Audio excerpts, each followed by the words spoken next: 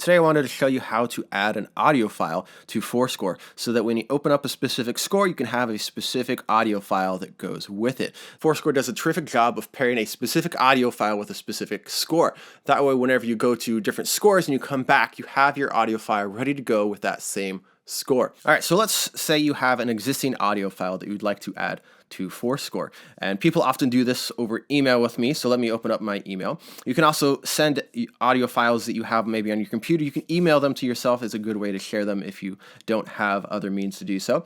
So here I'm in my email. Here I have an MP3 that I would like to add, this Fantasia on St. Anne that I'm going to add to that score. So if I tap on it, open it up, I can then open up in forScore. If for some reason it doesn't have this open in forScore button, just go over to this share button. If you click on that, you'll see all the apps that you have that you could share it to. forScore might be there. If it's not for some reason, then you can open up more, and then you can scroll down. Maybe it's farther down the list. So let's open it up in forScore. So back in forScore, you'll notice nothing's really changed yet, right? So we need to add this audio to this specific score. That way, if we change scores, the audio file won't be in the way, but if we come back to the score, we'll always have the audio file, which is pretty cool. So if you tap, you'll open up that toolbar at the top, click on this properties, and again, this is where you can edit some things for the score, but we'll want to scroll down on the left over here to audio. So once I tap on audio, so there's still nothing here yet because we have to add the audio to the specific score. If you see this +1, that's probably what most people would jump to. But if you do that, you'll just notice it open up Apple Music, iTunes kind of thing, which I don't actually use very often myself. So we'll actually want to add this one, which is a file with a plus button. So it's a file that you're going to add. So when you tap on that, you'll notice a bunch of MP3s if you've added things before. If you haven't, if it's kind of blank, which the first time I did this, it was on this pane. So nothing was here. You would think, ooh, a recording, I'm going to add a recording, but nothing's here. I'll show you how to do this later, where you can make your own recordings within forScore. But for now, we'll want to go to tracks, and then I'm going to scroll to the bottom is the one I'm specifically adding, this Fantasia on St. Anne. So if I click on that, you'll notice all that changed is this little dot appeared. That's literally the only thing that'll happen for now. So then we can click on done, and you'll notice now the audio file is paired with this score. So let me exit out of here. And so now when I would tap on the middle to open up the toolbar at the top, this bottom toolbar also appears. So if I go to another score, so let's go to, say, this guy, there's no audio file added to this one. So let me go back to that Fantasia on St. Anne. And now we have the audio paired with it. If for some reason you don't want this whole toolbar, you can tap and hold on this little bar in the top middle of this pane, and you can raise or lower it and get it out of the way. So let me show you some cool things that are within here. First is this little gear settings button. If you tap on this, another little box appears. So you can change the tuning of it if you want to go up a few half steps or down a few half steps, right? So a semitone is a half step. So 2 semitones, in other words, is a whole step. Cents is how you can raise or lower it by a specific amount. 100 cents is a half step. So you can go up 50 or down 50, it looks like, from there. And then you can adjust the speed as well. So if you wanted to play it at full tempo or maybe 3/4 or half tempo, it has some presets here. With this specific audio, it looks like it can go all the way down to 25% or even twice as fast, which is really helpful as you're practicing. You want to practice along with a different speed, a different tempo, if you will. So that's in the gear, first one. This lock button is grayed out for me right now because in my settings, I can't move forward or backward through scores right now. But if for some reason I was in like a set list and I wanted to move forward or backwards, if this lock button was activated, then it would prevent you from accidentally going to the next score when the audio file is playing. This is a replay button. So if you have this turned on, you'll see this replay. It'll memorize where your page turns are while you have this activated, which is pretty cool if you're going to do this a lot with this specific audio file and score.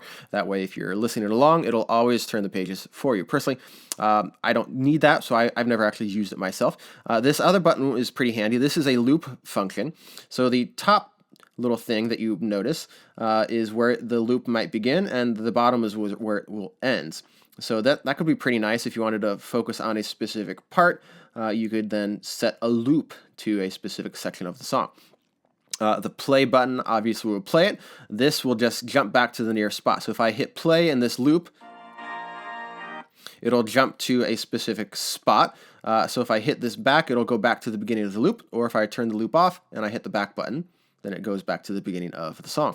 And if I wanted to have the loop back on for some reason, it will remember where I last had those, which is pretty nice. And you can just turn them on and off as needed. I showed you the play and pause button already.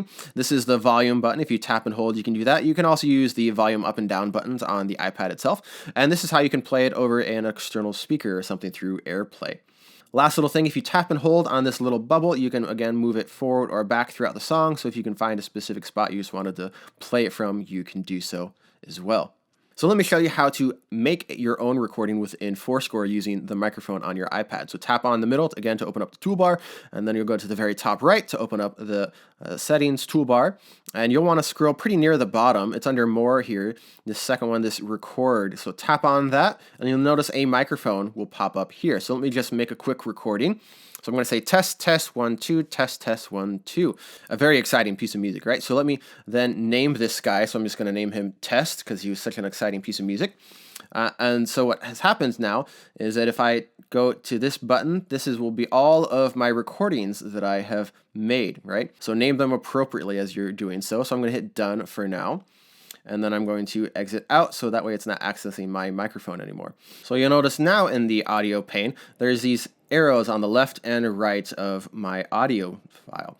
All right, so if I click on the right one, it'll go to this one I just made, this test one, this recording that I made within forScore, or I could click the left one and I go back to the original audio file that we had added first. All right, and so any recording you make will be automatically added to a score. So the downside of making these recordings within forScore themselves is that they can only be added to a specific score in my experience.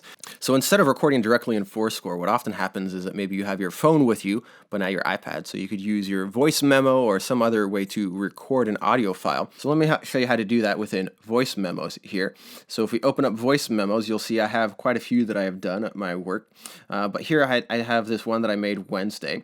And so when I tap on one, it'll open up the audio file and you'll see there's quite a big beginning here. So instead of just sharing that directly to forScore, what I'm going to do is just to trim it real quick. So if I go into edit, and then I can hear it trim something and it'll turn it yellow. So I could just scroll on this until I get there. And then I'll get to right before the audio file begins because you can see it's just bigger all of a sudden instead of this silence. So I'll just trim the beginning because that's all I'm really concerned about. And so once that's done, I can make sure it's good to go if I want to, but I'll hit save for now. And then done. So once you're ready to share it, you can go up to the share button. And again, I just did this on my iPad so you could see the pointer. So maybe you did this on your phone. This would be the time to share it to the iPad. And then once it's on the iPad, you could choose to share it to forScore. So let me scroll over to the apps, and you can see forScore isn't here this time, but I could click on more. And if I scroll to the bottom, there is forScore, so I'm ready to share it back to forScore. And same kind of thing as last time with the last audio file, we have to go add it to a specific score. And again, make sure you're not on recordings, even though you just shared a voice memo recording, it still thinks of it as an audio file, so you have to actually go to tracks. So I called it the Guimau. I'll just add it to this score for now. So again, all that happens is a little dot and it's there. So the nice thing about creating your audio file either with your phone or with a voice memo app is that when you add it to forScore, you can now save this to multiple scores and pair it with multiple scores, as opposed to when you make the recording within forScore.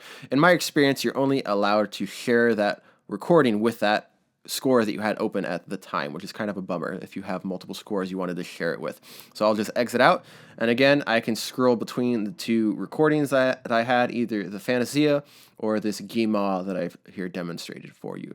Thanks again for spending some time with me today. I have a free gift for you. It's my music theory survival guides. Just go to joshgreen.com/free, download your free guide. It's there to help you in your music journey. And again, don't forget to check out my other forScore videos. I have a big playlist here that you can check out of all sorts of cool things you can do with forScore. Or if you have any questions, just put a question in the comments below. I'll be happy to get back with you with all the other things that you might want to know that you can do with forScore. Thanks. Have a great day.